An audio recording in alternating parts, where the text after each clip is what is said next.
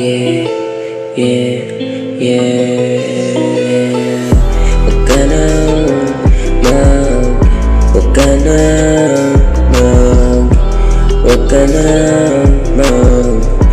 nang magtago ng karamdaman mo.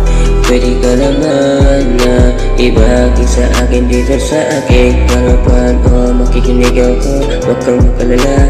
Ako lang nandito sa tabi mo kapag kailangan mo ng karamay ng iyong nararamdaman. Pwede mo naman ako pagsabihan kung sakali na ikaw ay nahihirapan sa iyong pinagdaanan. Pwede ba na ikaw ay salita naman na kung ano ang iyong naranasan sa iyong pakiramdam. Kung ano bang ibahagi mo naman, huwag ka na mag-alala kasi ako ay magpakinig lang naman na. Miss, pwede ka na ba magpakinggan mo na ang iyong mga salita? Huwag kang mag-alala na dito lang naman ako sa tabi mo. Handa ako makinig sa mga bawat sasabihin mo, basta iyan ay totoo. Tignan mo na ko, miss, pwede ka na ba na magsalita o miss? Ayaw ko na kasing makipag kung ano man. Gusto ko lang talaga na ikaw ay pakinggan bilang kaibigan mo.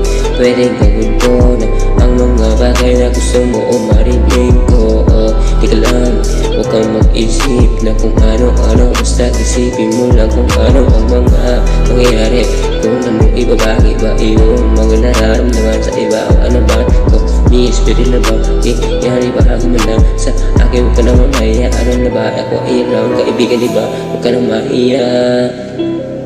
Ako lang naman ang iyong kaibigan na gusto kong tulungan.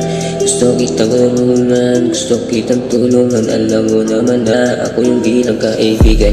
Kailangan ko na ikaw lang ang aking gustong karamayan. Lalo na ang iba nating kasama. Gusto kong tulungan sa iyong problema na basta ako ay iyong kasama. Pwede ba ikaw na lang ang aking kasama na hanggang ikaw ay wala sa aking harapan? Gusto ko lang naman na ikaw ay aking pagsalan kung pwede lang.